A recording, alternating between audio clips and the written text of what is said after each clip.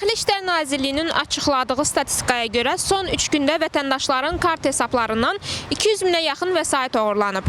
Bəs görəsən sakinlər öz kart hesablarını qorumaq üçün hansı yollardan istifadə edirlər?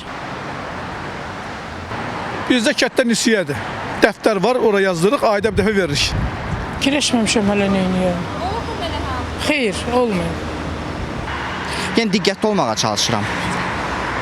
Baxır, yəni nəsə gəlirsə araşdırıram, hər bir linkə basmıram, min ölçüb bil biçirəm, gözləyirəm, fikirləşirəm ki, həqiqətən də mənə bir şey gəlməlidirmi? Bəlkə gözləmirəm onu mən, yalandan yəni basmayım da belə. Yox, olmayım. Heç nə eləmirəm çünki işləmirəm. Bank kartımda yoxdur. Heç cibimdə saxlayıram. Bəli. Təhlükəsizliyini necə qoruyursunuz? Necə qoyuyorum? Necə qaydaları bilirsiniz? Bəli.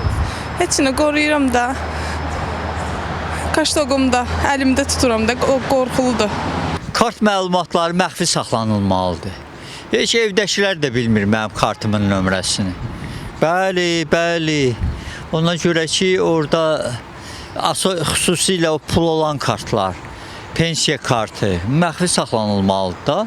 Özü müdafiə ilə ki, kontinə heç kimə nömrə vermir. Başqa heç nə deyil. 2 faktorlu doğrulamadan istifadə edirəm.